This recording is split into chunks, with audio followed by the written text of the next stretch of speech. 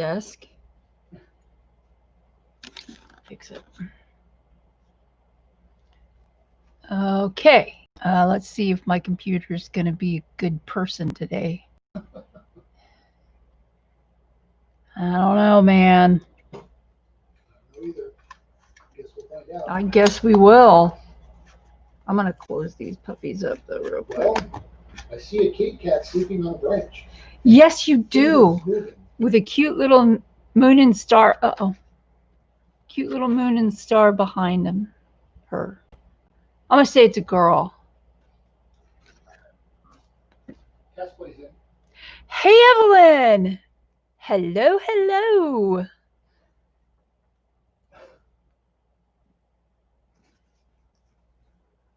Following some advice from an online friend who said, you should use your stuff. She was right. Gee, what a thought. What a thought. Who'd have thunk it? Oh, hey, Arnie's here. Hey, Arnie. Good to see you. Wow. Everybody's here. Well, not everybody, but people are coming in early. That's good. I guess, you know, people are probably like, oh, God, do I need a chat?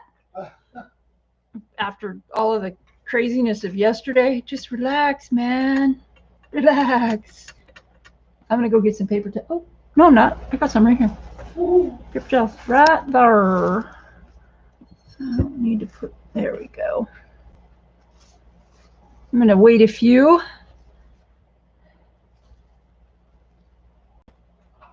And then we'll get started. Going to be kind of a sort of a tutorial with tips today because I got lots of stuff to say, and well, you know, I love watercoloring. I just rarely ever do it because it's so dang messy, but today I feel like getting messy, so messy art is good.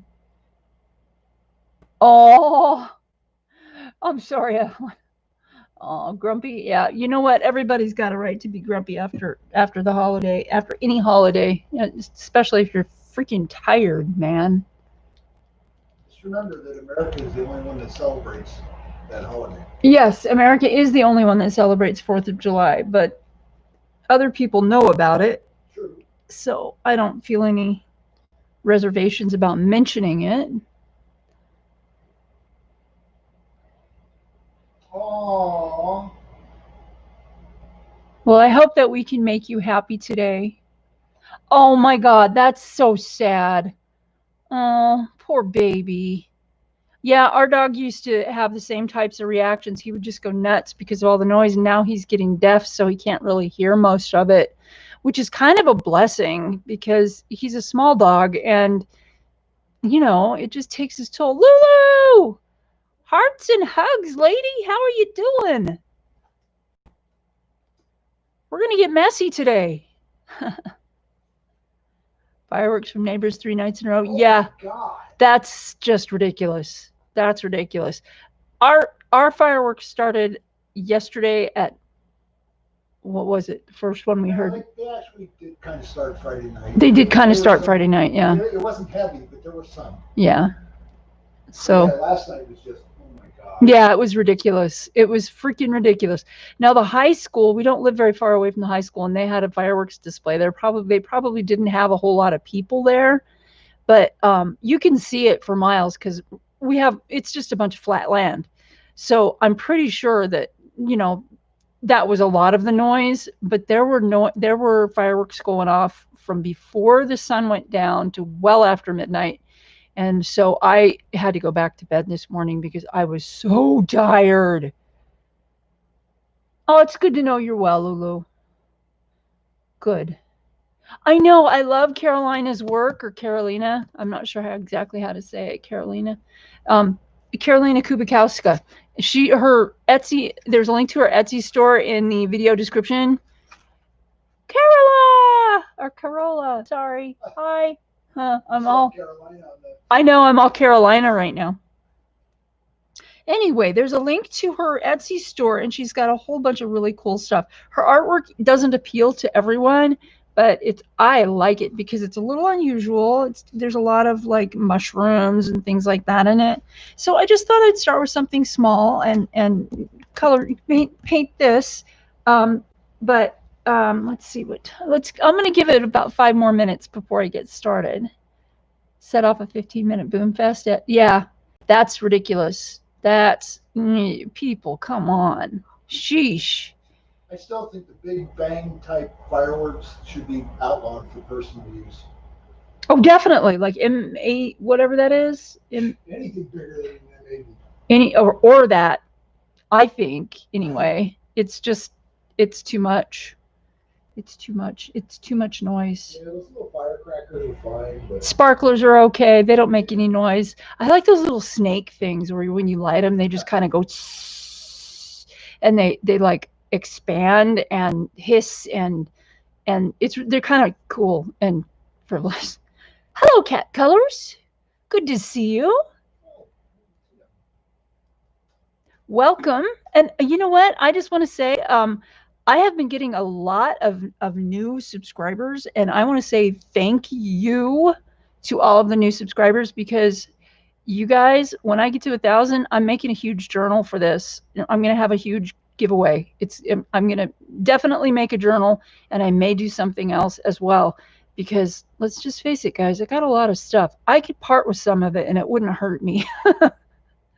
But there's some stuff that I haven't even opened yet. I for a while I was buying like 2 of things because I was just like, yeah, they don't have like pencils, for example, except for the Black Widow pencils, because I know they have open stock now. But like anything that wasn't open stock, I would buy 2 sets, because if you don't have open stock and you have no other way to get the pencil replacements, buying 2 sets is actually a really good thing, because they tend to cost more when you buy them individually, and then you only have to pay shipping once, unless you're on Amazon Prime, when you don't have to pay shipping at all. So that's what I would do. So now I have a lot of stuff, not just pencils. I have coloring books, I have supplies, I have junk journal supplies, and all kinds of stuff. Like, I have so much fabric right now given to me years ago. I could probably part with half of it and not miss it at all. So who knows what the giveaway is going to have in it. Oh, have a few surprises. Yeah, maybe. Evelyn, yeah, no. Buying 2 of some things is a really good idea. Like, there's this one book that's in high demand, and with junk journalers, and it's used, people take it apart and use the pages in their junk journals, and they make specific like botanical junk journals, and they come out just gorgeous. And the book is Notes of a Edwardian Lady by Edith Holden. I think that's what it's called, something like that anyway. So I bought a couple copies of it, and they were only like $4 a piece, $5 a piece. Now they're more expensive, but they weren't when I bought them. So I have more than 1 copy of that, and I have more than 1 copy of a couple of other books that I found at really reasonable prices. But I won't, like, if I'm just going to cut the book up, I'm not going to buy a book and pay a lot of money for it, because that's stupid. I mean, who can afford that? So yeah, if I can find it for a low price, then I'm good. I'm good with that. But because I did that like early on, I can part with some of those things and it wouldn't hurt me. I did finish a journal recently. It's a kind of a Book of Shadows. I don't know if you guys will know what that means, but the Book of Shadows, it's kind of a Book of Shadows journal, and it's huge, and it's called Maiden Mother Crone, and it already sold. It sold like within an hour of me putting the video on YouTube. Yeah, about that. Because I have a friend that like lurks and she kind of like, it just hangs out and stalks me in my videos, because she's got like 5 friends that are looking for stuff like that, and she knows that journals take a long time to make. So every time I post something, she's like, oh, I gotta go look. Well, this time she just saw the picture and she's like, I want that. It's for my daughter for her birthday. And I was like, oh my God, because I know her daughter too. Her daughter is absolutely freaking gorgeous. And her daughter is, I'm not kidding you with this. Her daughter is a neurosurgeon. She's studying to be a neurosurgeon. She's super smart, super successful, and she is like very intuitive as well. So the book is for her. So I was just like, oh, I'm going to stick some extras in there, because I never see her, because she lives like, I don't know, back east somewhere, and she's going to a very exclusive college. And I'm sorry, university, not a college. And so she comes out here, but when she comes out here, she spends all of her time with her mother because they're very close. So, well, okay, we're at 10 minutes. So what I want to do first is go over some stuff that I'm going to be using. I'm going to be using these. These are the Caran Aquarelle, Museum Aquarelle. These are soft watercolor pencils, and you can't leave these, the points, you can't leave the pigment part in water or it will dissolve. Just saying. Another thing that I'm going to be using maybe are these two types of watercolors. These are handmade and I've had them for quite a while. This is KJ Design by Caran, and if you scroll back to the top of the chat, you can find the link to her Etsy store. These are from England. She is really, really good at what she does. She makes mica paints, and these are just amazing. They're like, even though I haven't used them in a while, they're still kind of moist. I don't know how she does it. It's really, they're cool, super high quality. I love the colors and I love the sparkle. Another one, and I've never used these I've had for a while, and they're from, if you can't see that, Jasper Stardust on Etsy, and these are handmade as well. Now they're a little dried out because I haven't used them, but I don't know why they're drying out. But they're all skin tones. They're from light to dark skin tones, which I adore because it's really hard to find good skin tones. If you have to mix them, you can't come up with the same exact color every time, no matter what you do. It's just really impossible. Anyway, so, and these little pans will last 10 years. I swear they will. This stuff, it reactivates. You can put it in a palette, and I have this palette right here. Yes, there's still some paint in it from the last time I used it, but this is a porcelain palette. These are amazing. I don't know if you can see it or not, but these wells, they have a deep end and a shallow end, and these as well, deep end and a shallow end. So when you're mixing your paint, you can put your paint here, and then you can put the water here, and you can mix as much water as you want instead of having it all in one, puddle. So those kind of palettes are really good. They're not very expensive. I don't remember how much I paid for that because it's been a long time, but they're really, really good to have. You can also use things like a styrofoam egg carton, a pencil, like a metal pencil tray. That's what my water is sitting in right now, like a colored pencil tray, and just put paper towels in the bottom of it. Or you can just, well, if you're using water, you put paper towels in the bottom of it. But if you're just going to use it for a palette, you can, don't put any water, don't put any paper towel in it. You can just use it as a palette, and you can tip it if you want.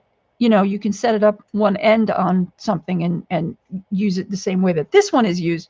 But I like these, because the porcelain ones, because they're super easy to clean up. They're just like no problem whatsoever. One paper towel and you're done. Another thing I'm going to be using is these water brushes. So you may want to put that foam back. The foam? Yeah, you got foam. Oh, thank you. Yeah, thanks. I would have missed it until a little while. Water brushes like this are really good to have. I have two kinds. I think this is an Arteza. Oh, I can't remember. And then a Caran one. And the Caran one, it works like you suck the water up by pulling this out like that. I'm not going to push it in because it'll push the water back and it'll come out the brush. And it'll drip all over the place. This one, the Caran one, isn't my favorite. They tend to dry out. The Arteza ones are actually really good. Also, I have, and I think this one is, let's see. Oh, no, this is the Arteza one. Whoops, wrong. So this one must be, I don't know what, a knockoff or something. It's really a nice one, though. And I also wanted to talk a little bit about paper, because paper is, when you're watercoloring, paper is super important. You have two types of watercolor paper. One of them is hot press. One is cold press. The cold press tends to be rougher. I don't know if you can see how rough that is. This is not the roughest kind of cold press. You can get stuff that I call rag paper, and it looks like it's made out of cloth, has deckled edges and all kinds of, like it's been torn, and all kinds of little features where it can be really, really rough. That kind of, depending on how thick it is and how it was made, that kind of paper can be extremely difficult to paint on. It isn't always. It just depends on the type of paper. But cold pressed water paper soaks up the water really well. So you got to be really aware of how much water and pigment you're using and how the paper responds to it. Next we have hot press finish. I love hot press finish paper. This is a watercolor block. I got this from dickblick.com. The blocks are generally they've got two sides that are glued. So when you have the paper in there, you can paint with the paper still in the block, and the adhesion here will hold it in so it doesn't buckle. Hot press is very smooth generally, and it doesn't soak up. I know. It doesn't soak up the water really, really well like the cold press does. So sometimes your water can lay on top of it, and that gives you more of a chance to mix. So that's kind of cool. Hot press, I think, is easier to use. Here is a little bit of, this is from Jerry's Artorama. You can see right there, Jerry's Artorama. This is a sample pack, and this was like $1.25. It's cold and hot press paper. And yeah, I've opened it, you know, look at the paper and stuff. But it's got that adhesive there. I hate that stuff. So it's got, here you go, Stonehenge Aqua Hot Press 140 pound. Very smooth, not very thick, kind of cool. Then, let's see, Stonehenge Aqua Cold Press 140 pound. This one's a little rougher. You can see how rough it is there. It's really nice paper. This one is 300 pound, and this is super thick. It's like illustration board. I don't know if you've ever actually handled illustration board before. It's very thick. It's almost like chipboard, except that it's not brown or gray. It's the watercolor paper. This stuff is generally kind of expensive, but Jerry sells these really inexpensively just for the sample pieces, and that's why I like to get them, because, you know, I mean, so what, they've got print on one side, flip them over and use the other side, right? And this is just the packaging, so I'll just stick that. Loretta Anderson and Jane Laterra Korean. Okay. Hi, Loretta. Says she prefers cold press and using ink pens. It's a challenge. Ah, that makes so much sense. Yep. Very cool. This is Artistico Fabriano. Fabriano paper is my favorite. I love it for all kinds of things. This is 100% cotton paper, cold press. It's extra white and traditional white, 300G. Okay, so this is going to be a little bit rougher and thicker, but man, this paper feels amazing. It's got quite a tooth, and you can see the difference. I don't know if you guys can see that there. You can kind of see the difference. This is the off-white one, and these are the white ones. So you can kind of see if your computer will show it, and if my camera will pick it up, you can see that there are two different colors. And, you know, that comes in handy when you want to paint something, you know, you have a specific plan in mind, and you want to use those. Who else did I miss? Jane. Hello, Jane. Welcome. Okay, so those are sample packs, and I can't remember exactly where I got them. It was probably Dick Blick, because I favor Dick Blick over Jerry's Artorama. It tends to be a little less expensive. This is just the same thing. I just got 2 test packs, and these aren't very expensive. I think they were $3 each. So having a few of them around is a really good idea. For junk journalers, you can use this paper in your junk journal. You can make tags out of it. Oh, heck, you can paint the heck out of it and then cut them up into tags, and you've got a great background for your tags or journaling cards or something like that. Also, this size is great for framing if you're going to frame your watercolor picture, because you don't have to, I mean, you put the tape around the edges if you want to make a border, the low tack tape, artist tape, and then you can just peel it off, and then you've got your frame, you know, the white frame, but you've got that area that you can stick underneath a wood frame or a metal frame or whatever you're using, and you don't have to worry about covering your actual art. So those are really cool. This is another trial pack, 8x10 hot press, watercolor paper, and this is another trial pack, 8x10 cold press. The hot press is 140 pound, 300 GSM, and the cold press is the same, 140 pound, 300 GSM. And these are generally the same. I hope there's not a whole lot of glare there. They're the same as what I was just showing you, but I thought I'd show you these two because it's a different brand. It's called Fluid Watercolor Paper. These are a little less expensive and they're really nice. So if you're looking for some kinds of different watercolor papers, those are a bunch of options. There's more out there. I could never have enough, to show you everything. That's just too expensive. Did you get the fluids from Jerry's as well? Or? I think I got the fluids from Dick Blick. I'm not sure, but if you go to each of the websites and just put in the search window fluid watercolor paper, then if it's there, it'll come up. And then too, you can compare the prices. So it's cool. Okay, so what we're going to do is paint this little person. This little kitty cat is a Karolina Kubikowska. And this is from her autumn postcards package.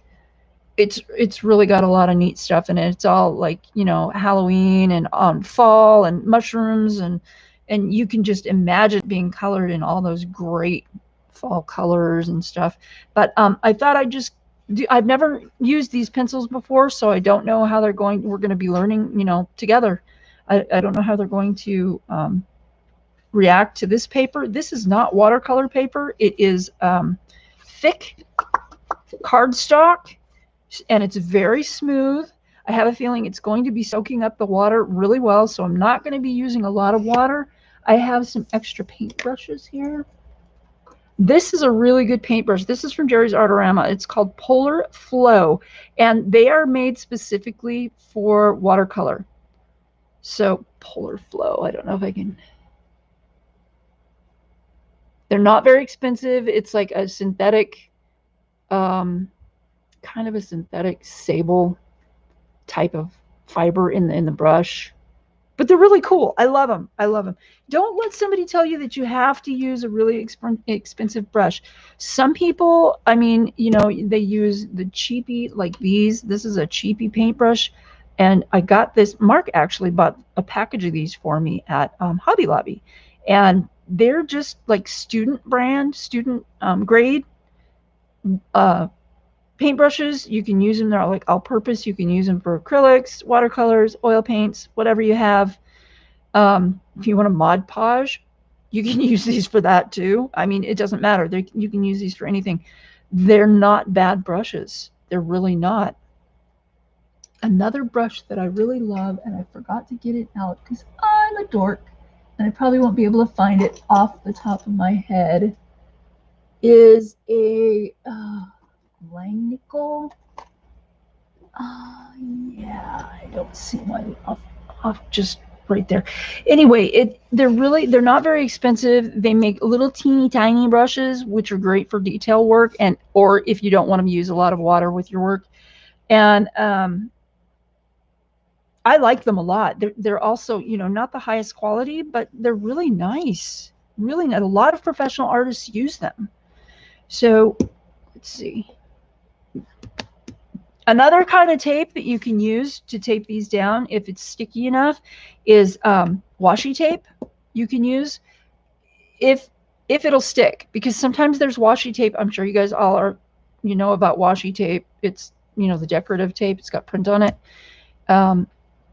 It is sometimes not very sticky. Here's a little roll of it, and if I need it, I'm going to leave it out just in case I need it. But it's made with low tack. If I'm using it in a journal, I will glue it on because I know I don't trust the sticky. So shy away from watercolor because my brother paints with watercolors and does amazing painting. Oh, you can't give... No. You know what? You aren't any better or worse than anyone else. I always say this: you're different. Your style is different. There's no way in heck, hell, heaven, whatever, that you can paint exactly like someone else. You are different, and that is good. If everybody did the same thing all the time, how boring would the world be? You know what I mean? So go for it, Evelyn. Go Be for it. unique, just like everyone else. Be unique just like everyone else. Thanks, Mark. Yeah. This is a cheapy plaid brush. It's just a craft brush, but I thought I'd bring it out because the brush is a little bit bigger. So if I needed, like, you know, spritz something. This is a old toothbrush. Of course, I cleaned it out. You can use this to do spatter effect. And I love doing spatter effect, especially if you're using your paints to do like a galaxy or a space type of painting, outer space type of painting with like nebulas and stuff. Using a white gouache, which is not like watercolor, it's a little bit different, or a white ink, waterproof ink, it makes super cool stars. Oh my gosh, yes. And if you guys want a good tutorial on that, I know that Laura Colors too, Laura Rafferty, has some excellent tutorials on using watercolors. She is an amazing artist, super talented, and I'm telling you, her tutorials are really easy to follow. She's a great teacher. So if you want to kind of check her out, that's a good idea. Add to that, I watched a little video, I don't know, a couple days ago or whatever, where they added sparkle, you know, the glitter. Yeah. To paint. Yeah. Mica. Huh? It's probably mica. I don't know, but it was different colored glitter. Anyway, and they did that whole spatter thing. Yeah. And it came out really cool. It looked really, really neat. And they were doing like a kind of a spacey background, but still, it was like, because of the glitter in it, it was just like, wow, that's kind of cool. It is cool. I agree. Kat, you're right. She does. She's super enthusiastic, and she really, really cares about whether or not you are understanding what she's teaching. She's a sweetheart. I just love her to death. She's super. Show her some love. Go subscribe to her channel, man, if you're not already. This is actually, and I use these when I'm using pencils. I have used Color Soft with this, and Derwent ink tints, and that's why it's stained right there, because of the Derwent ink tints is actually an ink, and it'll stain what you're working on. But this is just one of those little cutting mats that you can get at the dollar store. One side is really smooth and shiny, and one side is kind of rough. And all you do with this is you can, like, if you want to mix your colors, you can color 2 colors on this, your watercolor pencils, and you can mix them on this if you'd like to do that. And I like using this because, I mean, there were 2 in the package for $1. So they're 50 cents a piece. And I cut mine all up, so I got like 3 or 4 of them. So for $0.25, I can use this as my palette. And if I get to, you know, if it gets too messed up, I can just toss it. It's not going to be a big deal. So, and then I have it laying on a lighter piece of paper over here so I can see what I'm doing, because the towel is kind of dark. Even though it's green and you guys can, you know, see all that. But it's a darker color than a white, and I like having everything defined well. So what I'm going to do first is I am going to start with the leaves. So let's just get some leaf colors. Leaves.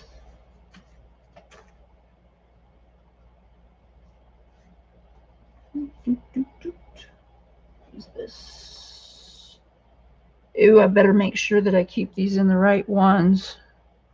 See, 3510. 3510, there's no way to tell, I guess. Oh, I've got the list on the paper over there. So this has a mint green in it. It's kind of neat.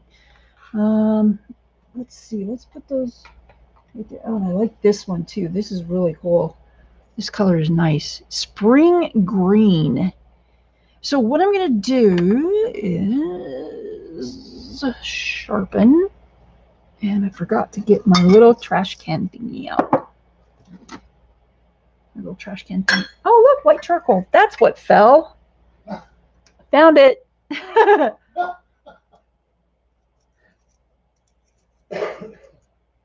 I guess I cracked him up. Okay, so I'm going to start with this spring green. And it's a medium green. I'm not I don't like to follow rules, and sometimes people that use watercolor or colored pencil will say, you know, you got to start with a darker color first, or you got to start with a lighter color first. For me, I say experiment and find what works best for you, because some people will be able to um, work with one type of procedure better than the other. And if you can, I think it has a lot to do with whether or not you can visualize. And if you can visualize by using your darker colors first or your lighter colors first, or whichever way you do it, then I say use it that way. Because what's important is well, first of all, you have fun. You want it to be relaxing. You don't want it to be like, you know, high stress or anything. So make sure that you're, you know, having fun. But you want to make sure, what's really important is, if you want it to look really good, you need to find your process. So that's what I say.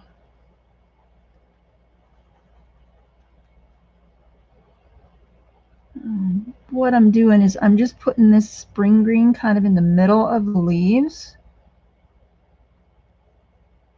And I like the way this artist draws, because things are, the line work is a little messy, which leaves a little bit open to interpretation, and I like that.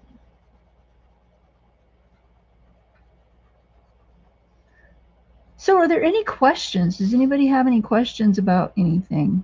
Even if it's not about watercoloring, if it's about something else, if I can answer, I will, or if anybody in chat can answer, that'd be cool too. Ask away, or think about it and ask later. Or if you can't think about it while we're in live stream, you can always, you know, shoot me an email or comment later, or whatever you want to do. This is supposed to be fun and relaxing. Or you could ask the question on the Facebook group page. Or you could go to the Facebook group page and ask there. Absolutely. I should put a bunch of links where, you know, on the Facebook page where I get some of my supplies, because a lot of people want to know. Maybe they don't have time to ask, or, you know. Okay, Arnie wants to know what brand the colored pencils are. Okay. And Lulu's asking if you can zoom in a little. Okay, these are the colored pencils, Caran Museum Aquarelle. They're super cool. I love them. They're highly pigmented too. They're really nice. I will try, you guys, I will try to zoom in a little bit. Please look away from your picture, because I don't have a zoom on my camera. I can bring the camera down, but it's going to take you for a little bit of a ride. So hold on, or cover your eyes. Get ready for me. Take a ride. Here we go. Okay, let's see. Is that better? It looks a little better. Huh? It's definitely a lot closer. It's definitely closer. I hope that helps a little bit. Let's see if I can tone the lights down a little. Maybe I should turn this other light on as well. Now, why in the hell did it want to block her comment? What comment? Evelyn, she put in there all crayon high pigment, and I had to approve that comment. I don't know. That's crazy. Yeah, Evelyn, it is like a roller coaster. I apologize. There's nothing I can do about it. But and Lulu says it's great. Okay, cool. Thank you, Lulu. I want to get a better camera. I have a tripod. I just can't afford it right now.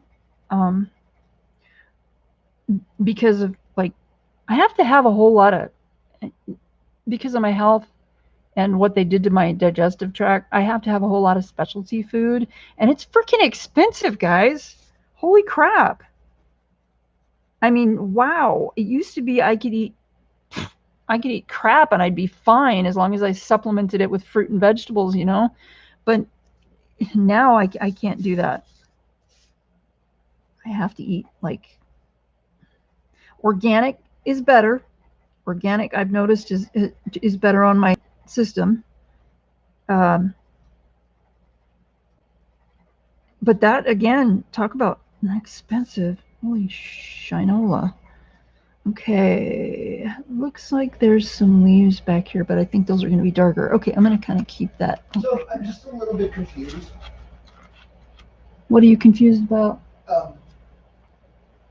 I thought this was watercolor pencil. It is watercolor pencils, but if you put the pigment down on the paper, I'm going to do it both ways.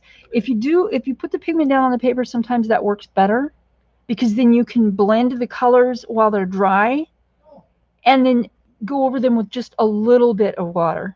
Whereas if you're mixing it on the little palette thing, sometimes that's it's harder to keep the water under control. So that's why I'm doing it this way. Okay, thank you. You're welcome. It just had me a little confused. Okay, this is dark sap green. Oh, that's a good question. It's actually a really good question. Where the hell did I put my pencil sharpener? Oh my god. So Lulu says she's coloring a Tomislav comic pic. Oh. And Kat says that she's very brave because there's so much detail. And I agree. Which page? I agree. Tomislav, oh my god. Those books are so gorgeous. I love those pictures, but I have 2 of them, but I still haven't colored anything in them because I'm just like, I look at them and I'm like, oh man, those are so pretty. I just want to look at them like they are. I'm not really scared of messing them up, a little maybe, but oh my gosh, yeah, totally cool. Are they more or less detailed than the Tyrannosaurus pic? Actually, they're more detailed. Oh boy. Yep. He's talking about the Kirby Rosanus Tyrannosaurus picture. I can't remember which book. I think it's Myth or Anamorphia or something. Oh yeah, I think that's what it was. Yeah.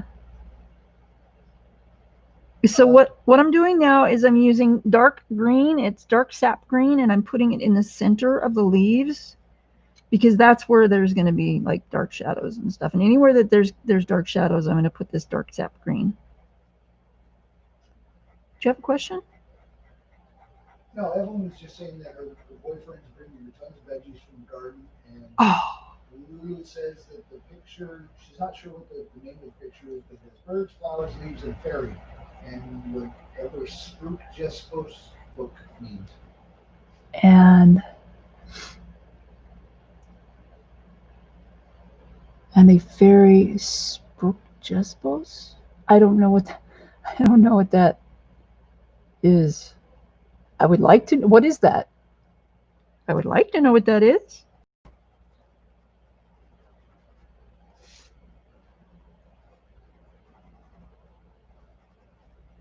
We'll see how this works. I think I'm going to put some dark green back there too. Not specifically on a leaf, but it is now.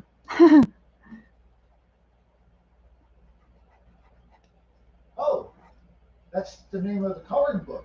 Oh, Jespos. A Dutch. Oh. Looked it up. What does it mean? Oh, I hope you guys didn't hear that. It's a Dutch edition. So I'm guessing that is probably a Dutch word. So tell me something, Lulu. Is it on really good paper? Because the stuff from like over in other countries tends to be on better paper than what we can get here, and that's why it takes so long to ship and why it's so expensive, I think. But I heard that stuff from like the Dutch editions and stuff are on better paper. It means fairy tale forest. Fairy tale forest. Very cool. Very cool.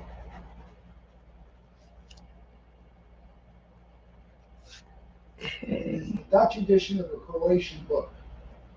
Wow. This adult coloring thing is all over the place. I love it.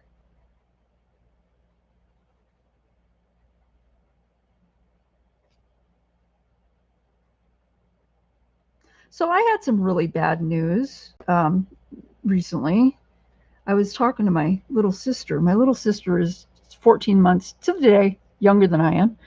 Um, she's she's pretty cool. She's done a lot of things in her life, including building a sunroom on the back of her house almost by herself. She's pretty amazing that way. Um, she's kind of a free spirit. And she was talking to me and she was saying how she wanted to come and visit me. And I was like, I almost cried because I haven't seen her in so long and miss her to death. I just wish she lived next door, you know? But we got to talking and I'm like, so you're going to travel. What about COVID? Right. And she goes, oh, I don't worry about that. And I'm like, excuse me? I'm thinking, I didn't say that to her, but I was thinking to myself, you don't worry about that? How in, you know, what in the world? I'm like, well, don't you wear a mask or anything? And she's like, no, I never wear a mask. And I'm like, she goes, I won't have the establishment control me or something like that. And I was just like, okay, the mask isn't specifically for you. It is for others as well. And it's not all just about you. It's about others also. And she was just like totally not buying into it. She wasn't even like considering. So I was like, okay, well, I'm a high risk because I don't have a spleen and I've had chemotherapy and my immune system is screwed up. So um would you be okay with getting tested? And she's like, well, I hear it's really expensive and I hear this and I hear that. And I'm just like, so no test, right? And she's like, nope. So very, very sad news. Almost cried again because she won't go get tested so she can come and visit me. Or anyone else for that matter. She won't go test for any reason. So I'm just like, that upset me a lot because I was just like, how, how can you? I mean, I know that people have strong feelings about wearing a mask and all of that, and I get it. I do. I understand, and I wouldn't want the government to control me either. But well, let's face it, if this was a conspiracy, a government conspiracy, would it be all over the world? I'm thinking if it was a government conspiracy concerning our government, it would just be limited to the United States. Does that make sense? I think it makes sense. But anyway, so so I'm just like, why? What in the heck? Who? She goes, I've talked to some medical people in the medical profession and stuff, including our brother. And this is when she got really ambiguous. She's like, I go, which brother? And she's like, our brother in the medical profession. And I'm like, do you mean what's Randy? And that's our brother, one of my brothers. I have 4 brothers. And she's like, yep. And I was like, wow, that's totally not like her to be so indirect. So I contacted him and I'm like, and she goes, everything he told me about what I told him about how I'm handling this made me think that I'm on the right track. And I'm like, okay, okay. And then I went and contacted him and I'm like, what did you tell her? And he's like, well, I told her, I mean, he wasn't trying to make excuses or anything. He's like, I go, I'm very concerned. And he goes, you have every right to be concerned. Because his wife is battling cancer right now. She is having chemo right now, and she cannot have contact with anyone other than my brother. And so he told me what he told her, and it he did not say that she should not wear a mask. What he said was the mask does minimal good unless you have a surgical mask. And I knew that already, but I'm just like, what? Okay, so she just took out of it what she wanted to take out of it. Okay, all that aside, I wanted to know if she would, test. She won't test. No test for her. I even said, you may qualify for a low cost test. Some people do, especially if they're, bills, family, low income, whatever. or if you've been around someone. And then she told me she was when she just went to India a few months ago before all this COVID thing started. She went to India, had a great time, took a lot of pictures, sent a lot of stuff, over Facebook and stuff like that. And it was really, really cool. And I was proud of her because she went and she, wasn't staying in the greatest of places, but she took out of the experience some really great stuff. And that's another reason why I think she's such a cool person, because she tends to do that. But when she, oh God, what was I saying? When she, when she was there, she went with another person, one of her traveling buddies, a guy friend of hers. And I'm switching to olive yellow because it's really light and bright, and I'm using that on the edges of the leaves. I'm going to go over all of this with water in just a minute so we can see together how this blends, if it blends, how well it blends, etc. So anyway, so I'm like, okay, so she told me that when they got back, he was still there when the COVID thing started. So he had to kind of hang out there for a little while. It was mandatory. And when he got back to the States, he had COVID. He went through it. He had it. Okay. He had a mild case and he didn't get super, super sick. But fact remains, he had it. And I'm like, okay, so your friend had it. What I'd be doing is I would be saying, oh, medical profession people, I need to be tested for COVID because I want to travel to somebody who's at high risk. And one of my friends came down with COVID, so I need to be tested. And that's why, because I'm exposed to somebody who had it. Wouldn't mention who, wouldn't mention how long it's been or anything. I would just say, I've been exposed. I need to be tested for the welfare of the people I'm going to go visit, regardless. Okay? Because that's how I roll. But she wouldn't do it. And I was just like, oh my God. Oh my God. Really? So anyway, that's my story. I was very upset. I'm still kind of upset about it because I wanted to see her really bad. But I'm not going to be able to. I may not be able to. Who knows? I don't know how long this stuff is going to last. I'm not even going to predict because there's just no way. That needs a darker color. Right in here. And I'm laying down a lot of pigment because, well, I want them to look, to look very green. And let's put some more of this. Lulu sending hugs, love and kisses. Oh, thank you, Lulu. It's difficult, man. Some people just will not wear a mask, and I just look at them and I say, how can it hurt you to wear a mask? Thank you, Corolla. If Batman is cool enough to wear a mask, so can anyone, Cat. I totally agree with you. That's awesome. And it's like, I said when you and I were talking about this, if I can change my attitude about wearing a mask, anybody can. Right. Because you know how stubborn I am. That's right. He is very stubborn. He doesn't voice it a lot, but actions speak louder than words.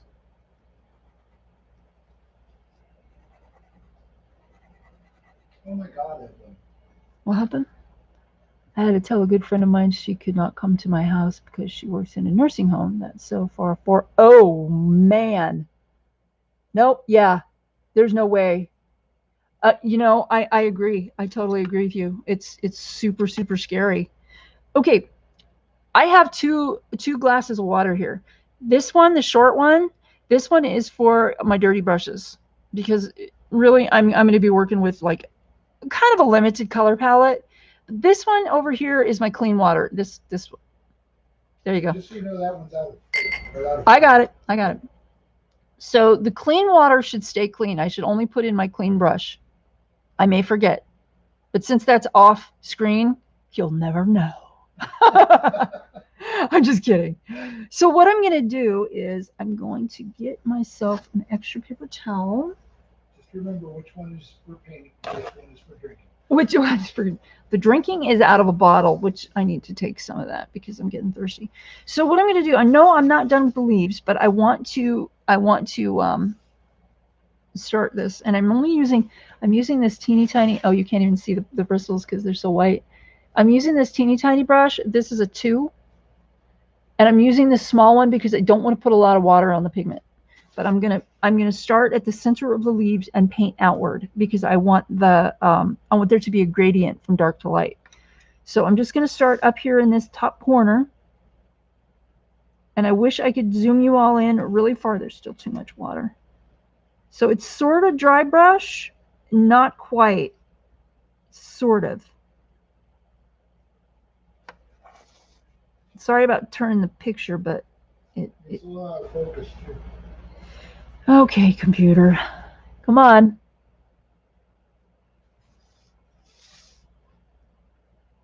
Does that help? Nope.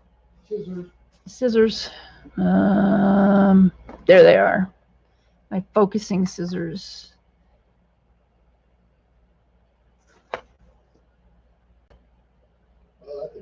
No, you know what? The scissors are in focus. The picture isn't. I think it's just because it's... Oh, Nick and Tina. Hey, Nick and Tina. Haven't seen you in a while. So I'm going to hold this up so you guys can kind of see what I'm doing because the paper is stiff enough that I can do that. I'm taking this almost dry brush and I'm just moving the paint from the center of the leaf to the outside of the leaf. So I have that gradient going on right there. And I can also, with watercolor, and I used to do this all the time with oil colors, oil paint, I can use some of the pigment from this darker spot and bring it over here, like pick it up with my brush, pick it up, and then put it back down over here. And that only works for a tiny bit of pigment. You can't do that with, you know, if you're trying to move, not like with oil paint where you can move a glob of paint because it's oil paint. It's viscous. It's got more body.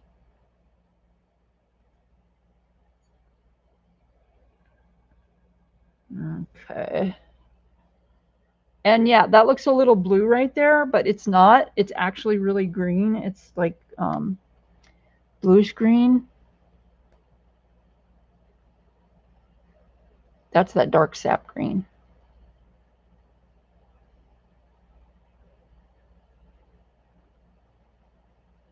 So I'm moving the paint and I'm leaving the tips.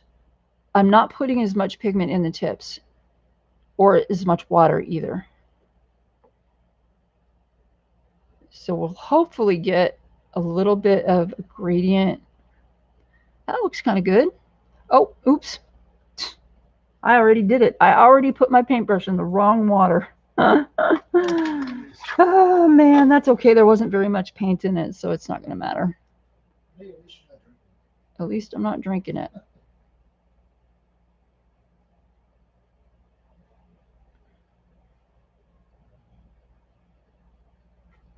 And the last thing that I'm going to do is I'm going to do the background. Probably should have done it first, but, you know, I don't watercolor very much. So I forget.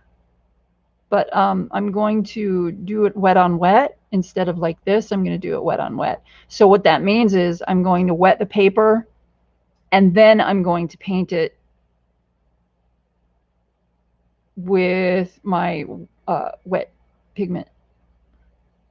Rain changed for lessons. Rain! Oh man, I forgot your name again. I'm so sorry. I'm horrible with names, peoples. Really bad. I'm sorry. Okay. Let's keep painting. Paint, paint, paint. Robin. Yes, you're right. I think it is Robin. Oh, thanks, guys. Okay, cool. Okay. We're going to have to make a chart. That's all there is to it. I know. I'm going to have to tack it to the wall in here. So I don't know if you guys know it, but there's an event going on in October all month long. Spooktober. Super fun. I'm going to be enjoying and participating in that. I've got some pretty scary stuff to color. Also, I was thinking about maybe using a couple of my own and making them into downloadable coloring pictures for you and having a giveaway or something. I have a lot of grayscale stuff that I can use because they're drawings, but I'm learning to modify them in Photoshop to be used better as coloring pages. So I'm working on it, guys. Something I've always wanted to do. I'm working on it. And my artwork is at Raven's Eye Studio on DeviantArt. There's a link for it in the video description. Oop, oh, no, that's too much water. There's a big old drop of water on there. That would have been a minor disaster. Okay. So Evelyn says she's dunked acrylic paint brush into her coffee before. Oh, yep. That's so, you know what? I don't know an artist that has not done that. I totally get it. I did that with my oil paintbrush. Then all of a sudden you're like, well, that didn't sound right. Yep, I get it. That's true, Carola. You know what's happened? Not gonna happen. Speak to it, we're scary. I thought, police mark. Oh, that's funny. Yep. I'll just have him dress up like a knight or something, and he won't be scary, but he will be dressed up. How about that? You still have the mask? I might be able to pull off a scary night. Yes, we do still have the mask. I know which one you're talking about, too. Yep. Okay, so very little water. I don't know if you guys can see what I'm doing. I hope you can see okay.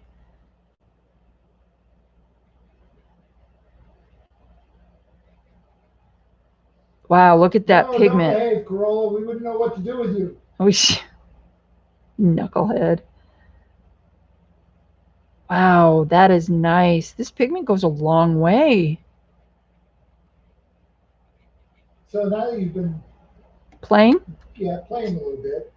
How's the paper working with the soaking up the water and stuff like that? The paper is actually really nice for this, as long as I'm not using too much water. I can tell that when I start using a little bit more water, that it becomes a little bit more soft. And once it starts getting soft, it's just one step away from buckling. Now, if it buckles in one specific little area, it's not a really huge deal. But if I was to use like wet on wet, when I do that, I'm going to have to be really careful because I can't put down a lot of water on this. It'll ruin it.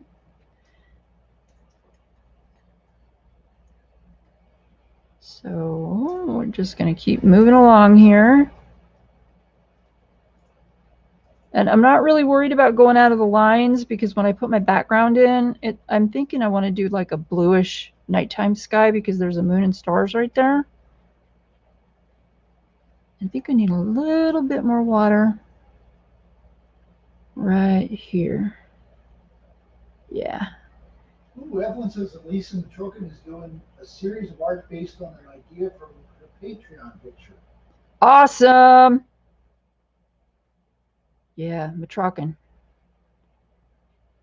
Love her work. I was correcting you, by the way, Mark. Okay. He's like, whatever.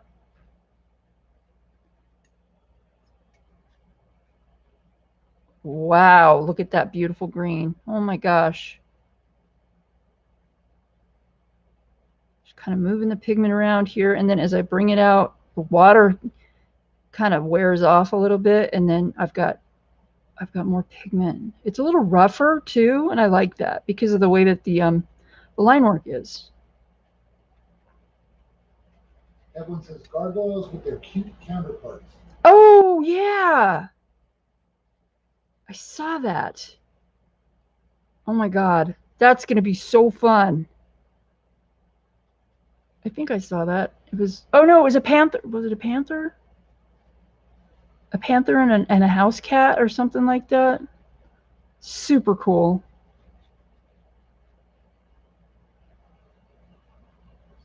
Okay, so if you can, I hope you can see this. They're coming out pretty good. Pretty good. You can see where I haven't colored, and then these up here where I have colored, and I've got like the darkness back there in the corners where there's the darker green. Coming along kind of nice.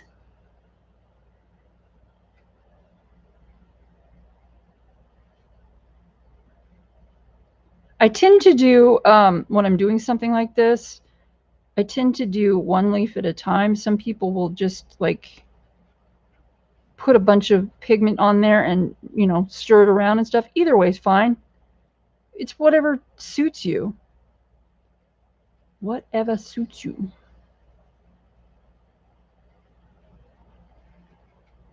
Evelyn says it's a panther gargoyle with a cat. That's it. That's it. Oh, I love that picture. Oh my God. Panther gargoyle. What a great idea. It kind of reminds me of the Windstone collections. Windstone makes all these whimsical and mythological characters like dragons and gargoyles and winged cats and stuff like that. And they have a gargoyle cat statue. Windstone, right? Yeah. Yeah. I think that's it. Yeah. Lulu, first of all, Lulu says it looks cool already. Aw. And Evelyn says the cat is me. Wait, you're an animorph?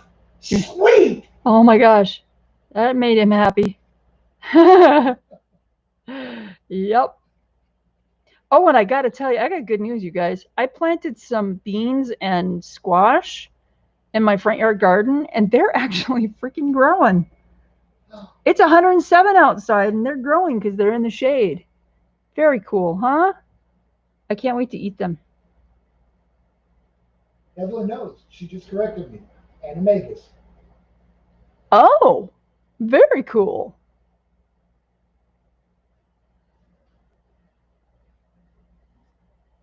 Okay, let's get these loose done over here.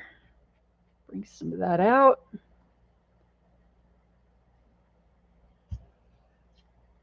And bring some of that back.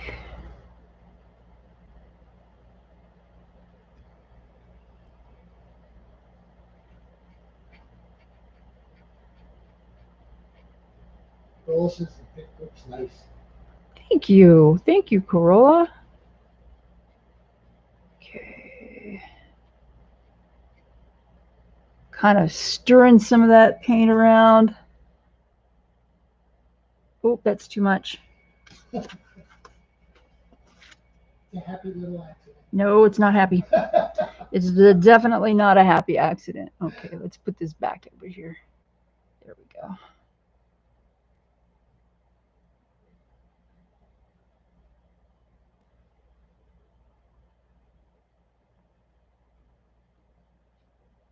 There we go.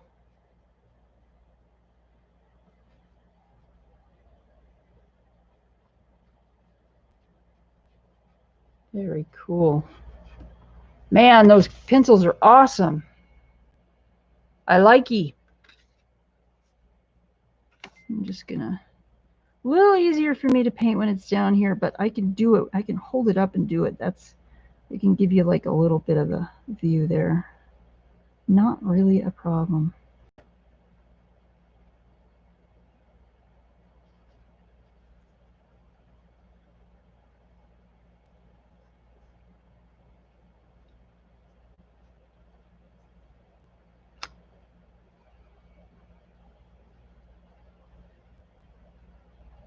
And the great thing about these being real watercolor pencils is that you can reactivate the color if you need to. There's also a downside to that, where if you get it wet after you're done, it's going to mess up the color. You can spray it with a spray, I guess, coat sealant gloss. I use a matte glossy, not glossy, a matte sealant, because I don't like shiny, because I don't think it looks really cool. I don't think it looks really good that way. I think it looks better with a matte finish. Okay, Very cool, very cool. Okay, so I'm going to clean that out in the dirty water, and then I'm going to clean it in the clean water.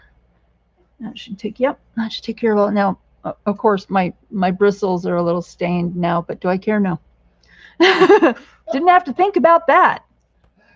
I am going to do the rest of the leaves. So I'm going to start with my medium green, and I'm just going to color like these center parts and stuff.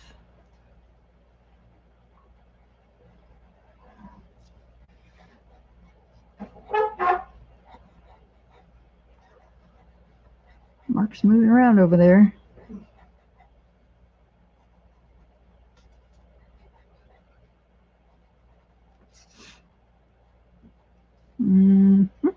Big leaves. Oak leaves. They look so cool.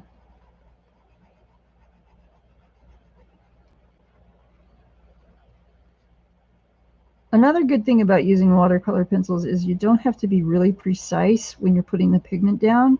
You can just like scribble your color down in the general area. And then when you come in with the paintbrush, that's when you have to kind of be a little bit more precise. Of course, if you're going for a rough look, you don't have to be precise at all. You can just, you know, do whatever you want to do. I'm going to move this little bit of trash here. I guess the scissors are helping it stay focused. I'm going to leave those there.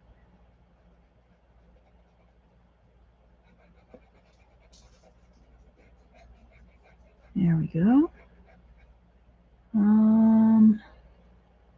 Looks like there's like 3 different kinds of plants here. Maybe I should color those leaves a different color. I just love that little kitty face. Looks so relaxed.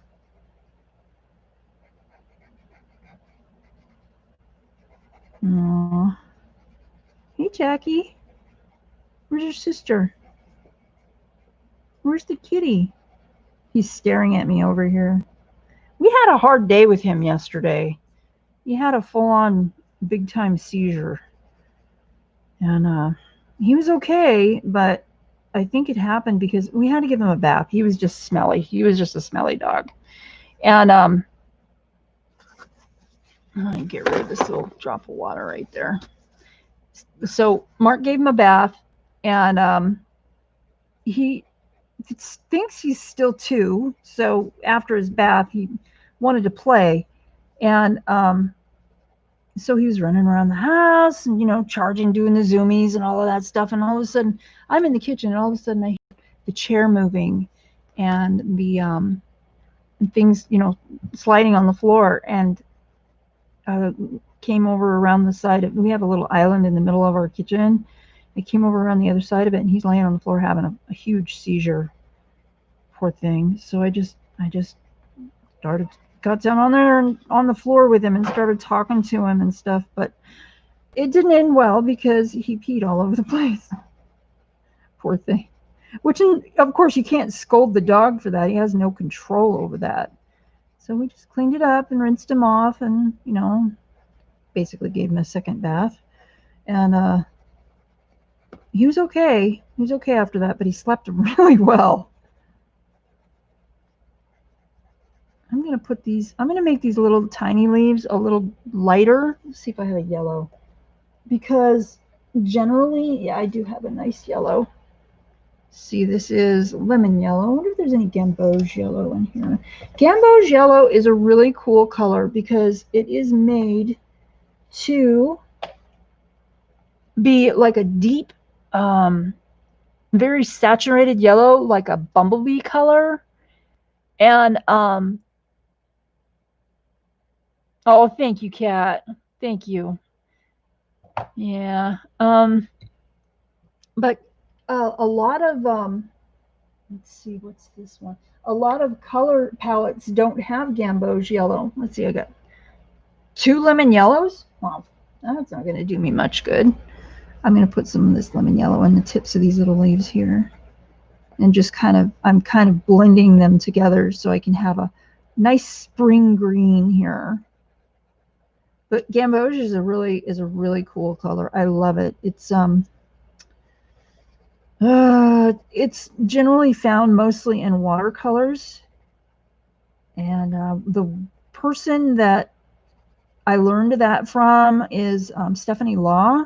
Stephanie Law does a lot of surreal and fantasy artwork, calendars, tarot cards, oracle cards, prints. She's always doing like gallery showings and stuff like that in California. She's a phenomenal artist, and I love the way that she does everything so dreamy and soft. She uses a lot of dragonflies and oh, you know what? I can actually show you. I have a calendar right here. Her work is just gorgeous. Let's see if I can find a really cool picture. Here you go.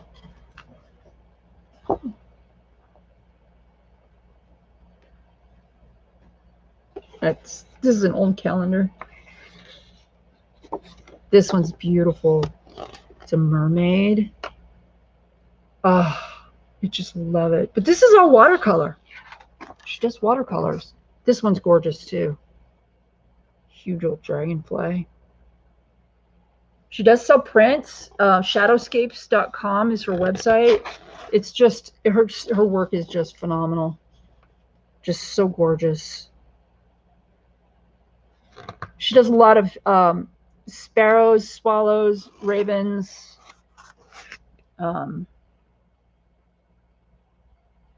Yeah, super, super cool stuff. This one's neat. Foxes. The kitsune fox, too. The ones with the 9 tails. Spirit foxes. Oh, so cool. Yep. Her work is really phenomenal. I love it. I love it. She's got a Facebook page and a Patreon and all kinds of stuff. And I didn't link it because I didn't expect to talk about it. It's just something I forgot about until I started talking about watercolors. But yeah, you guys should check her out. Stephanie Law. If Mark wants to put a link to something in there, that'd be cool. Is it a YouTube page? She does have a YouTube, yes, and she's got a Facebook and a website and a Patreon. So if you just give a link to her website, shadowscapes.com, all her other links are on that website. I think it's Shadowscapes. And she sells prints. They're not that expensive either. She did this one book called Succulent Dragons, and it's a really cool coloring book. It's all about succulent cactuses and little dragons. It's really neat. I love it. So this is her .com. Okay, he's got. Oh, cool, Loretta.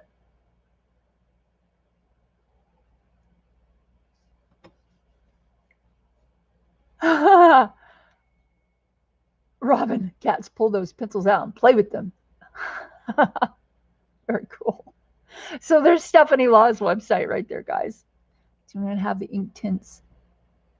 Travel plans? Oh, I don't know what that is. Pans. Oh, I don't. I wish. That would be neat. I didn't realize they had travel pans. Oh my gosh. I'm so out of it. Little shadows back here. And I'm not going to color the mushrooms green. They're going to be a different color. I think I'm going to make the mushrooms and the acorn be along the same color tones because that'll tie the picture in better. And give it some and that's what you really want to do when you're doing a picture, whether you're doing it freehand or you're coloring something in a coloring book or a postcard like this. You kind of want to use the same colors in different parts of the picture because it teaches, well, it makes your eye go around the picture instead of going off the picture, and it's just the way that your brain works. It's a really cool thing. So when you're coloring, if you use, say I'm using this dark green, I'm using it here, I used it here, and I'm using it here, and I'm using it here and here. So everywhere that there's like a dark shadow, I'll be doing that with the dark green. But also I'm going to be using dark browns too. So I'm going to be putting a little bit of dark brown in the shadows as well. And because these are watercolor pencils, I can do that over top of the green and it'll just look fine. Have you ever used intense travel pens? Me, no. I wish I had some, but I don't. No, the travel pens, I don't know. They're probably kind of expensive, which is maybe why I don't have them. I probably looked at them and went, I'm putting that out of my head. Just don't even go there.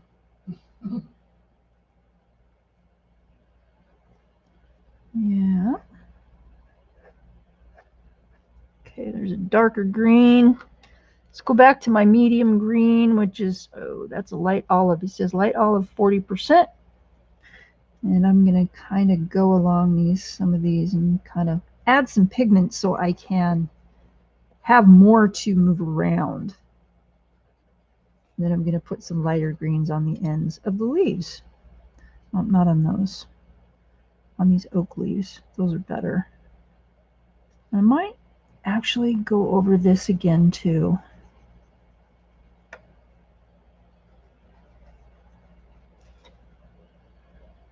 Till it looks right to me. So this is the one I think I was using here, spring green, and what is this? This is the lemon yellow. Yep, those are the two I was using. And olive, but not so much. You know, that's dull. I'm speaking about the pencil point, not about the company. So don't take that wrong, Mark. Springy greens. So pretty.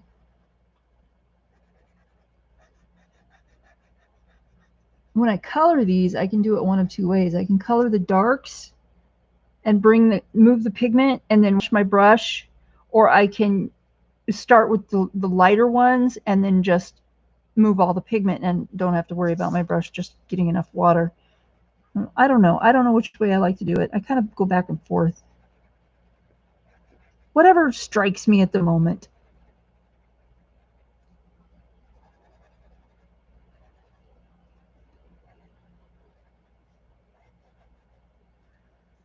Oh, man. So we've been having a lot of trouble with our Netflix. Has anybody else been having trouble with their Netflix? Apparently, we had to have our modem reset, a DNS reset. And DNS server reset. Yeah. And what a pain, man. Then we had to go back in and turn everything on again with the, the little code you got to put in. I was just like, oh, man. You people are crazy with your stuff. Oh, wait a minute. Is that my lemon yellow? No. Where's my lemon yellow? This is my lemon yellow. Let's do that here. I'm kind of giving it a lot of pressure because I want there to be enough pigment to move around. So that's why my pencil got dull. But it's a good thing because you want to have enough pigment to move around. You don't have to, if you don't put a whole lot of water on it, it's going to be okay. If you want more pigment, you can always go over it a second time. It shouldn't be a problem. Kind of neat. Kind of neat.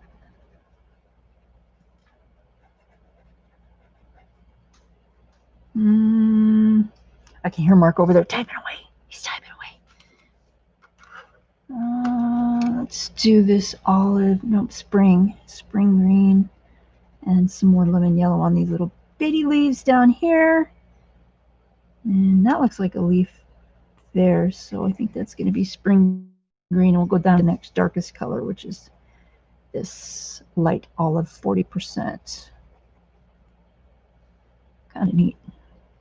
I am really enjoying this. It's not nearly as difficult as I thought it was going to be. So we're going to start with the watercolor again with the water. I'm going to put that over here. I'll just hold it down with my scissors. That's probably a good option. And I'm going to pick it up so you guys can see what I am doing. I'm using the paper towel to take off the extra water. I don't want there to be a lot of water. I can use a little bit of water to begin with and then go back with more. But if I use too much water to begin with, it won't work well. It'll just make it more difficult to keep the pigment where I want it and keep it as dark as I want it. Because I want the leaves to be really, really bright and very spring green and stuff.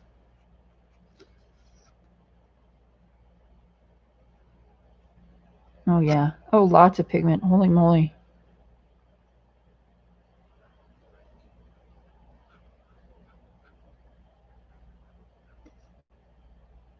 You might be wondering why I would bother to even go over this with a paintbrush if I'm adding that much pigment, and the answer is because it looks different. When you watercolor it, it does look different. It's got a deeper, more saturated quality, and it gets into the paper better. Once it gets into the paper, it's like a more solid color, which is, I think, a thing that some people that use colored pencils sort of don't like, and I don't like it either for some things, where when you're coloring with colored pencils, you can still see some of the white through the page unless you go over it, unless you're able to go over it a whole lot of times, because, I mean, layer, because if you can't layer it, like if you're using paper that doesn't allow you to layer, then you can't get rid of that kind of whiteness at the back, I say, underneath your color, I think is a better way to put it. So my dirty water is still pretty clean.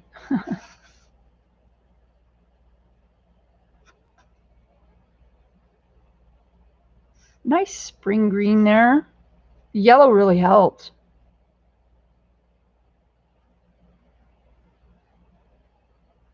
Got a little kitty cat. Okay, so I want to go back to the top where the lighter leaves are. Oh, I'm off screen. There we go.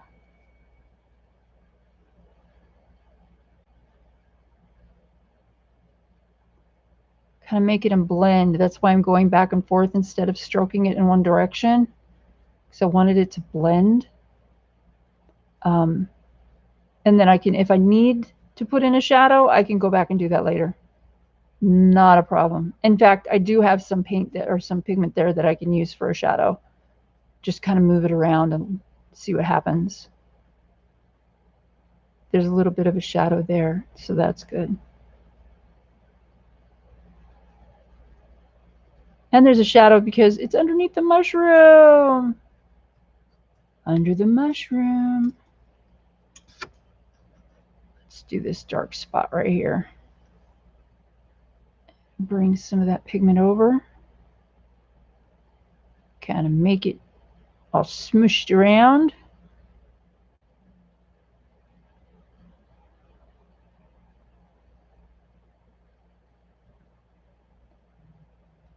So Mark, about a month ago, he mentioned that how cinnamon kind of lowers your blood sugar. So I stopped eating. I used to eat a lot of cinnamon because I liked the way it tastes, and because I thought it had a lot of benefits about, regulating your blood sugar. And I think I mentioned this before. But since I've stopped eating so much, my blood sugar has been really, actually a lot better. So, oh no. Big water drip. Don't want that. Don't want that. It'll fall off at some random place and mess up my painting.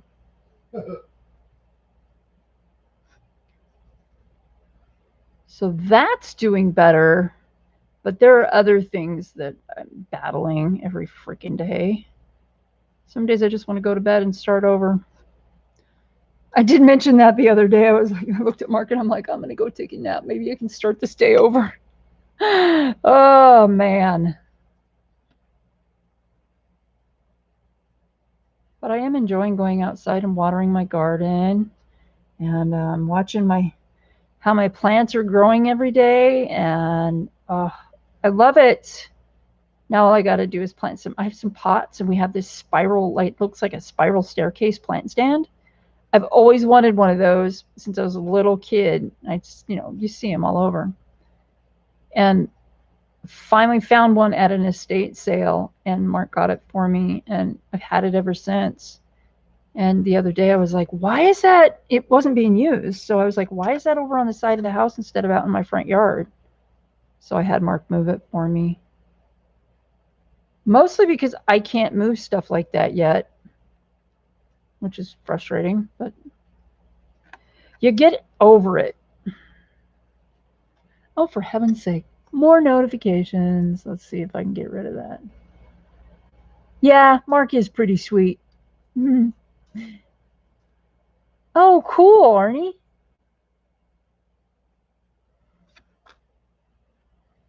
Playing music on your phone. Okay. Did I just... Yep. Okay, there we go. Look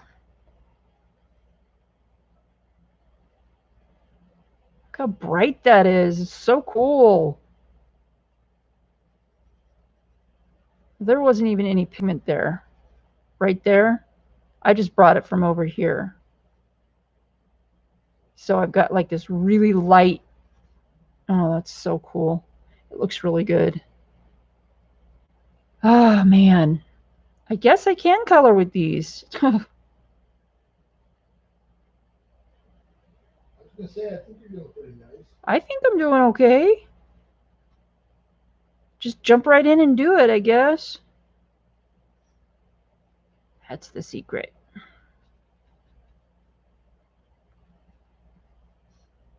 I would love to teach art again. That would be so fun. Teaching art was just, it was just one of the things that really brought me a lot of joy.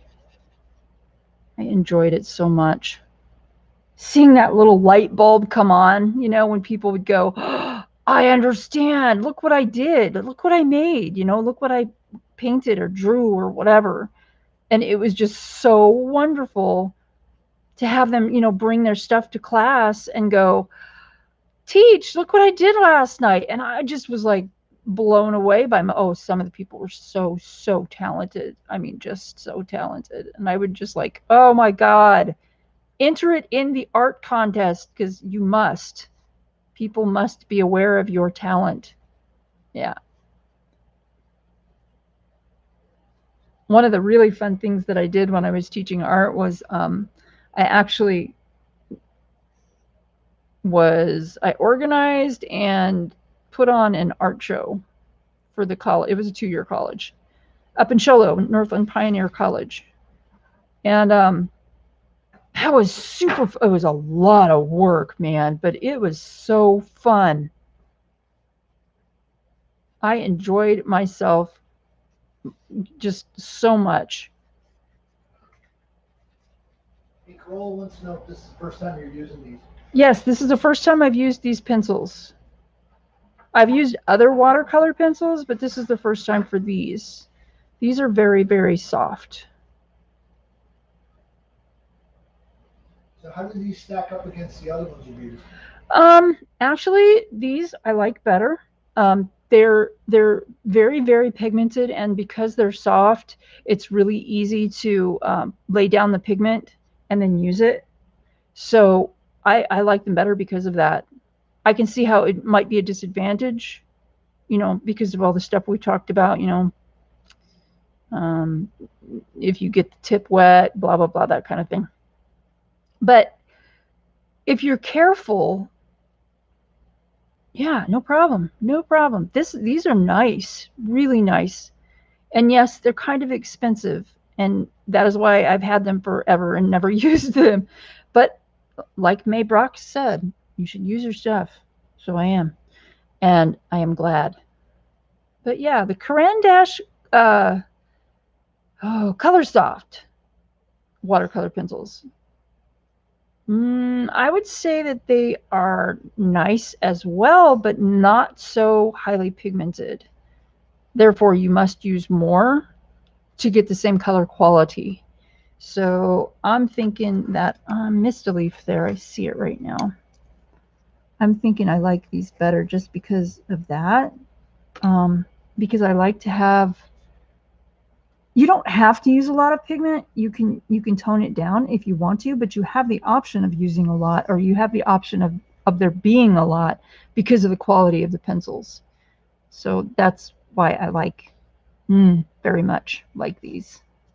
Okay, I think that'll do it for the leaves. Let's do some shrooms and acorns. Let's do shrooms. Let's do some shrooms, peoples. Shrooms. Let's see. Where did these go? I don't even know. I'm just going to leave them out because I don't want to put them in the wrong box. But we'll see what happens, right? Ooh, you know what might be good? Using some of these skin tones for mushrooms. Oh, that might be really fun. Maybe we'll do that. We'll try these paints. We'll try these paints, the homemade paints. And I think I'm gonna have to juggle some stuff around here real quick. How much time do we have? Straight up experimentation day, isn't it? It is. I said we're gonna play with paint. Playing with paint. You see these are like really good skin tones, but they're also very earthy. So I'm thinking that a couple like this one, and maybe even like this dark one down here would be really cool for mushrooms. So I'm going to use a bigger brush. I'm going to put this over here. And I'm going to go, I'm going to wet my brush first. Because it needs, when you get a new brush, you know how it's all stiff and crunchy? It's called sizing that's in there. And that, they put that on there so when the brush is in transit, the bristles don't get all messed up. So, JoBeth, you're teaching us on paying attention. Thank you, Lulu. Thank you very much. So when you're going to use your brush for the first time, it doesn't matter what kind of brush it is, whether it's a cheapie or it's a really expensive one. If you've got sizing and the brush bristles are stiff, you need to rinse that out. Really do. Because sizing, it's not watercolor. It's a totally different thing. But it doesn't take much. You just rinse it a couple times. Like this is the third time I'm rinsing this one. I think it's probably good now, but I'm taking it out and just kind of squeegeeing it off in this paper towel right here. So. Robin says she recently got a set of Derwent watercolor pencils and she loves them. Oh, Derwent is a super good brand. I love them. Yes. And I have used those. And these Aquarelle ones, I don't even know which one I like better between the two. So I would have to say they're very, very similar. Very similar. Okay, I'm going to put my brush into the clean water and kind of get some extras off. I'm going to start with, I think I'm going to start with this medium brown one. This is called, I don't know. Let me find the color name. AVB. Kelly S. is in. Hi, Kelly S. I don't know. It says Austrian Vid Brown or something like that. Crap, I missed that. Cat Colors is leaving. She's going, I guess, going night night. Okay, Cat. You take care of yourself. Thank you for being here. I appreciate it. I guess I don't have to hold this. I could put it in my little palette thingy here. And I'm just going to try and get, you know what I think I'm going to do is I'm going to take some of this pigment out and I'm going to put it inside this little, oh man, that's nice. Very nice. It's got a granular quality too. And that means that it's going to react with water differently. If you have granulation, it separates a little bit and it can make little kind of light and dark splotchy features. So if you like granulation, you can check a paint. You can look at the specs for a paint, the specifics for a paint, and you can say, okay, does this one have high granulation, low granulation? And if it's what you want to do, if you want that quality in your watercolor paint, you can use it for that quality. What I'm going to do with this one, since it's medium, I'm just going to kind of really lightly go over the spots that aren't in dark shadow.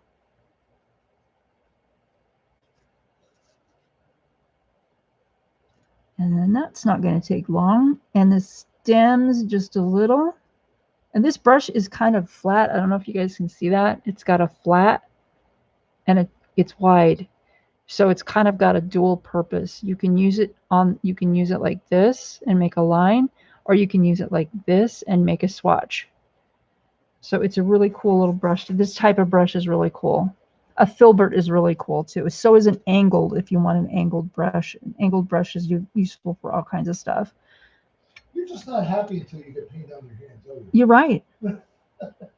Gotta have it. I'm also going to go over these little wispy whatever these are right here.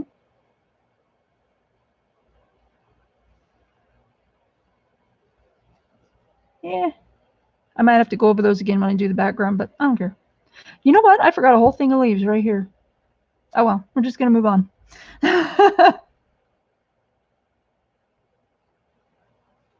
So nut brown. I like this nut color. It's really neat. And this is the Jasper Stardust paint. Okay, I'm cleaning that off. Didn't need a whole lot. I think I'm going to go with this lighter brown. Let me see if I can. It says French Ochre Extra Light. So I'm going to take that one. I think I'm going to wipe out the pigment that's in this right here, which I don't know if you guys can see that. See how easy that cleans up? Ooh, it's gone. That's why I didn't use a whole lot of pigment there, because I knew that I didn't really need it. But I'm going to use this in here. Oh, that's a nice color. And I'm using solid pigments. I mean, you know, just singles, because first of all, I like the color, but secondly, time constraints, because we don't have a whole lot of time left, and I want to kind of get a little bit more done. Okay, so Lulu says she loves listening to you explain things because you're so calming and you give her the courage to try. So thank you. Lulu, that is such a sweet thing to say. You have no idea how much that means to me. Thank you. That's just, thank you so much.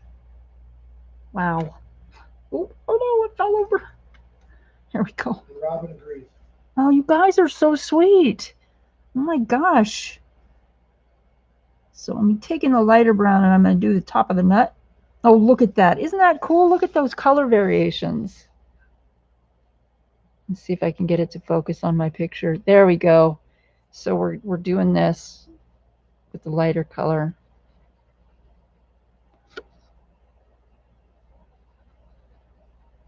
And one of the cool things, another great thing about watercolor, is that you can leave it all splotchy, especially on if you're coloring on something that's already got line work in it.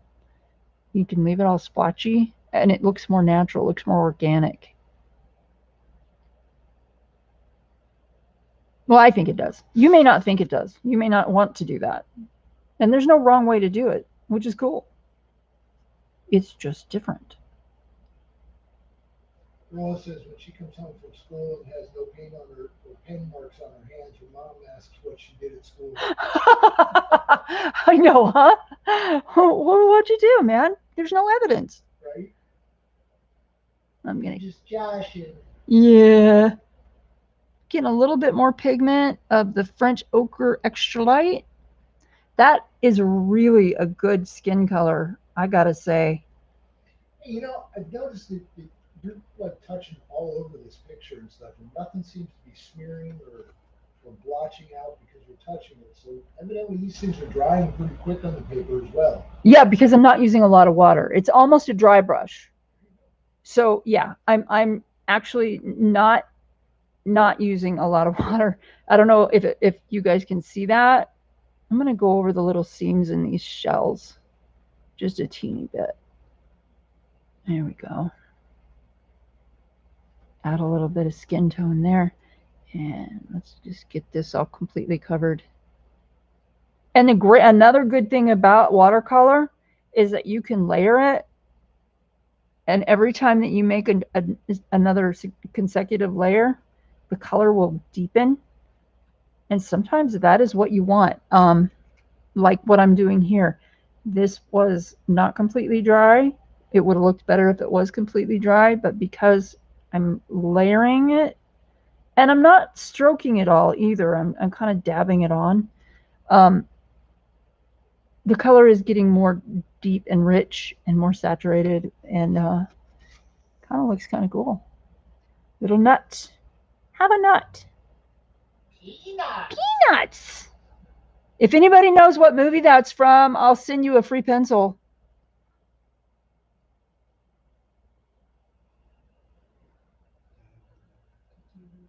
Peanuts. It's an old movie. It's like coming home from playing outside and coming home clean. Yeah, you weren't playing. Robin says Big. No, it wasn't Big, but almost. I mean, the movie is older than Big. Oh, and Evelyn says she got a coloring book. She got a coloring. Oh, good, Evelyn. Good. I'm glad. I'm so sorry. I meant to send you the tracking number, and I completely forgot. Shame on I know, and Mark gave me the receipt for it and everything, and I was just like, oh yeah, I got to do that. And I laid it down there on my desk, and I was just like, I completely forgot. My brain doesn't always work. I apologize. Oh my God. Lulu is now guessing Lady and the Tramp. Nope, not Lady and the Tramp. It's not an animated feature. Let's see, what else can we do here? Okay, I am going to use a darker, this one. I agree, Corolla. Peanut from Jeff Dunham is great. Peanut. This is called Caput Mortem, and it is a reddish brown color. This is one of my favorite colors, both in paint and in colored pencil. It's just super cool. And I'm going to clean that out a bit. Oh. No, it's not Dean Martin and Jerry Lewis. Nope, not that old. Not that old. Give up. Hey, lady.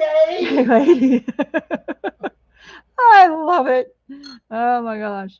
Okay, so I'm going to clean my brush a little bit. Not that I need to. Also said it's okay that she forgot about it too, so it was an extremely pleasant surprise. Oh, good. I'm glad. Do you like the coloring book? Oh yeah, that's gonna look really cool. My water is fairly dirty now.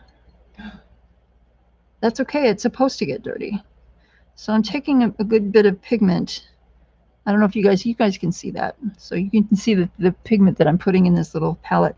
I left this red here from another painting session.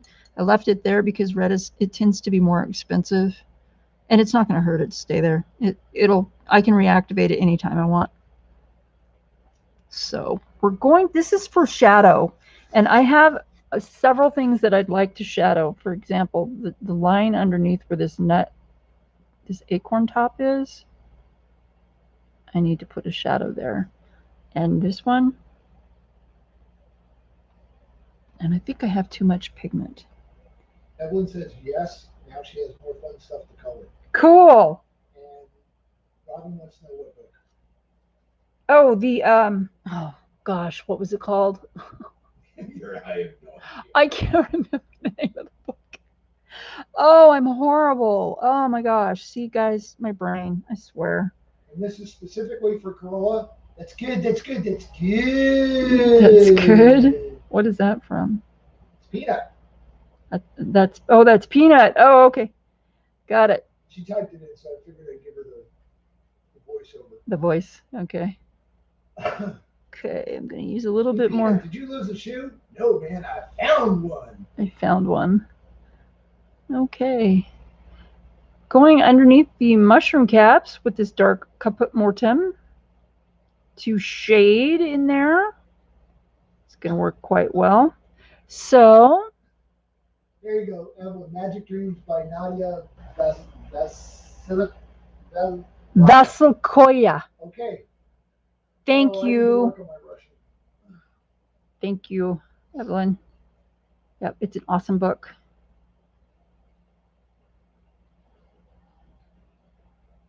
Let's put some dark in here. And I'm just dabbing it too, again. It doesn't really need, and I'm not even using a little brush. I'm just kind of going a little bit freeform with this one because it looks cool. And I think I'm going to make a little bit of dark under the kitty, a little bit, kind of tie it in a little. And this is what I was talking about when I was talking about tying in the colors. You kind of want to distribute them around the picture. And even if it's in a dark spot, the eye is still going to see it. Your brain will know that there is something there that makes the picture look more balanced. Even if you can't tell, like consciously, you can't go, oh yeah, they used this color, you know, here and here and here. You still know, you can still see, thank you, Mark. You can still see that the picture makes sense. So the movie that is from, Peanuts, it's from a movie called Arthur with Moore. I'm not sure what year that was, but it's a super stinking funny movie, and I will always adore that movie. I like the part where he's singing. He's playing the piano. He's at his engagement party. How does that go? What? I don't remember. He was singing. I honestly don't remember. He's singing. If you knew, and then there's a lady's name. If you knew somebody like I knew somebody, and then he goes, oh, oh, oh, I need a drink. Because he's getting engaged and he doesn't want to be engaged. 1981. 1981. I wasn't even graduated from high school then. Yep, I'm old. Nothing more, Liza Minnelli. Liza Minnelli. I love Liza Minnelli. She had a hard life at one point, but man, you know she's Judy Garland's daughter, right? Mark? I did. You did? Yeah. Nope. I thought that was put out there too. Everybody? It was. Yeah, she's Judy Garland's daughter.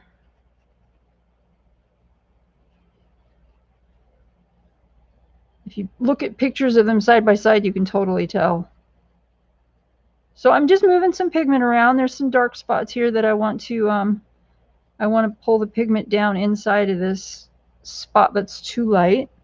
So when I'm doing that, I'm actually leaving some up underneath the acorn cap, and I'm pulling it down, but it's still lighter at the bottom where there's going to be more light, obviously more light. So that's one good way to distribute your color, as well as making sure that your highlights stay.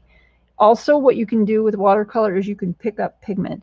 And the way that you do that is you get your brush a little bit wet. You don't want it really wet. You're not really wanting to put a lot of water on your paper. But you go over your color and you kind of like this, and it actually picks up the pigment. You can see that now that there's a lighter spot there. So it's really easy to do once you learn how. You can mess it up. Not too bad. I don't think there's anything that can't be fixed. Okay, so now what I want to do is finish up these mushrooms, and I'm going to put in, I think what I'm going to do is go back to pencils and use a reddish color. How about just red? Another thing I like about these pencils is that they have, see these stars? Those are for light fastness. This has great light fastness, which means that you can leave it exposed to light and it won't fade as fast. So it'll last longer. Like you paint a painting, for example, and you want it to stay that color and not fade when it's exposed to light, these pencils will provide that quality for you because they're very light fast. They have a high light fast quality. So there you have that. Okay, I'm going to clean my brush. I'm actually going to clean that out as well.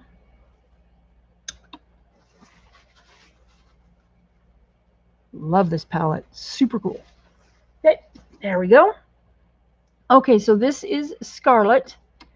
And I'm coloring my mushrooms red because I like amanita mushrooms. I think look really cool.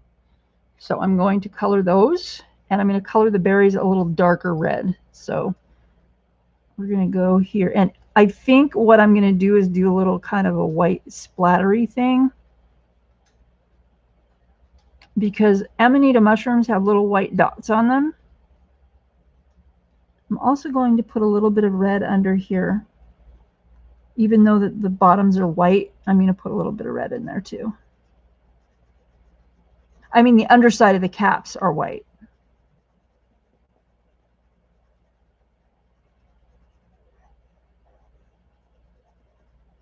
Another way that you can put in white dots, if you want to, is get, say you don't want to do a splatter because you want it to be more precise. You can get a brush that's got like, let me see if I can find one. Straggly kind of, that won't.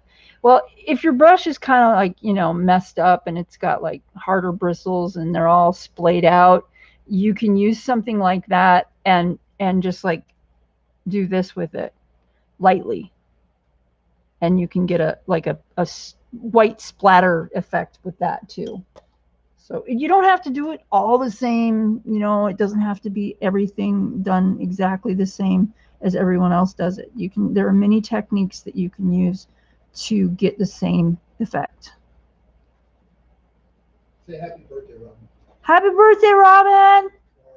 Aw, happy birthday! Cool.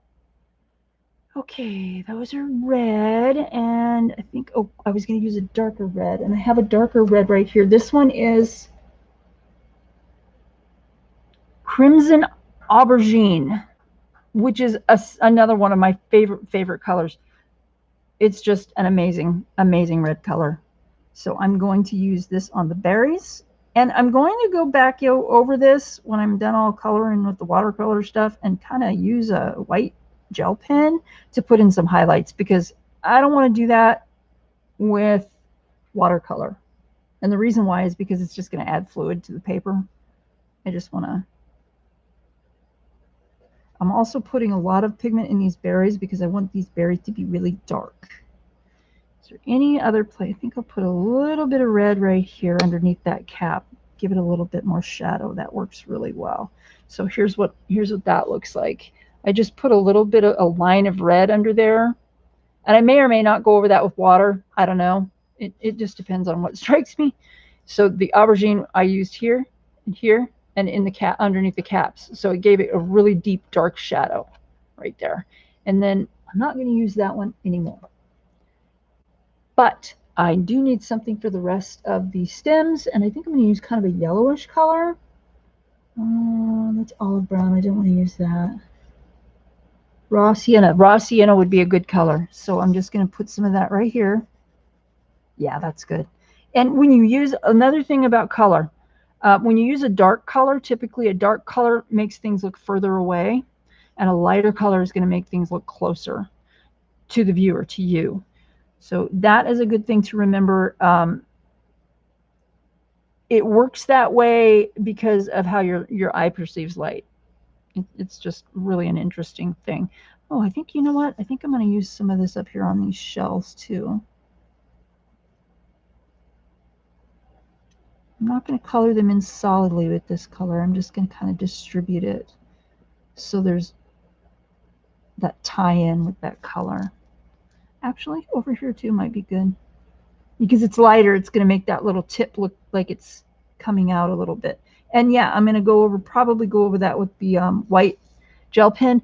Another thing about the white gel pens too, I don't know if you guys know this, I use two different ones. And I'm going to get these out real quick here and show you. Okay, yep, these are the two. This one is Sino. I call them Sinos because you spell sign S-I-G-N. Other people say Signo. I call them Sinos. I don't know. It just seems like that makes sense. Anyway, this one's called Angelic. Okay, there we go. Thank you, camera. Awesome. And this one is they're both Uniball. This one is a UM153. You can see it there on the little clip. Okay. This one is a little less opaque, and this one is a little more opaque. This one is really good. Say you want to color something and use a watercolor paintbrush with it, and you know, move the pigment around. You can do that better with this one than with this one. So there, I recommend experimenting with everything. Don't just take my word for it. This is how I use them. You know, experiment with it and do it yourself, because there's no better way to remember how something reacts or how something behaves as far as art supplies goes. Anything really, as far as I'm concerned. But there's no better way to remember than to know, because you've done it yourself. So I highly recommend using, experimenting, you know, you know, just do it. Just figure it out. Just do it. Another thing that you might want to try is when you're doing a background like this, instead of using white pigment, if you want to do something really cool, you can use rubbing alcohol. You can put down your pigment, and while it's still damp, drop some rubbing alcohol in there, and it'll make the pigment run away from the rubbing alcohol. So everywhere that there's a dot of rubbing alcohol, the pigment is going to spread out away from that and leave a slightly lighter spot, which is really cool. I mean, you can get some incredibly beautiful effects with that. So try that too. 5 minutes. Okay, thank you. So I'm going to use my itty bitty paintbrush in the clean water. I'm taking off some of the extra water too, because I don't want it really wet. And I'm going to start with lighter reds over here. Oh, there's a little drop of water right there. Keeps hanging on to my paintbrush. Oh, look at that. Oh my gosh, look how bright that is. Holy crap. Oh, that's beautiful. I like that a lot. Just carefully going around there so I don't go. I don't want to go. Good night, Corolla. Sweet dreams. You take care of yourself. A little bit more water. Brush off. Not dry brush, but just quite. Almost not quite. There you go. That's what I meant to say. So these Polar Flow paintbrushes are really nice. And I'm leaving a little bit of a white right there, because I don't really want to make it really. Look at how brilliant that red is. Gosh. I don't want to make it really dark along the edge. There we go. There we go. It's gorgeous. Oh, thank you. It is a gorgeous color. This is for sure. Okay. Since we have to take care of much over each other. Absolutely. I totally agree with that. Oh, I'm sorry I'm moving around so much. My elbow fell off the table. Okay, so now I'm going to color in this aubergine right here.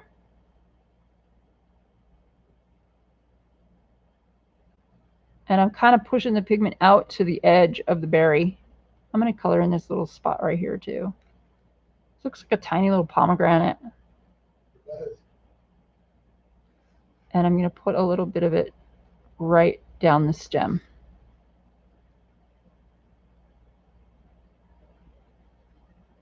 There we go.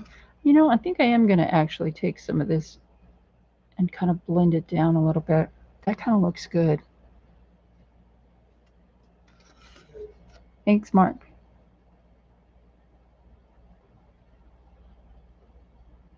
So that doesn't look too bad. Okay, let's clean that off. Get some clean water, and we'll do these stems.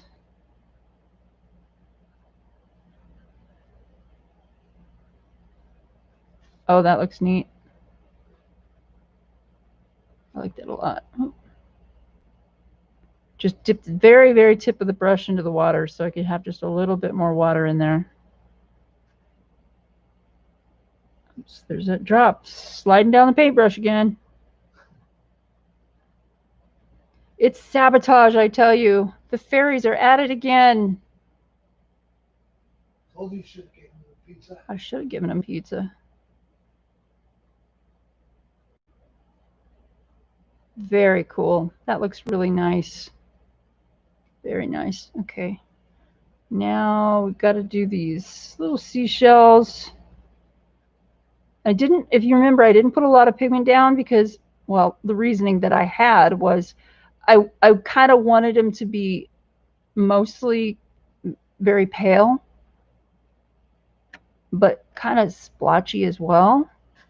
So I'm kind of just moving the pigment from the concentrated part into the less concentrated part.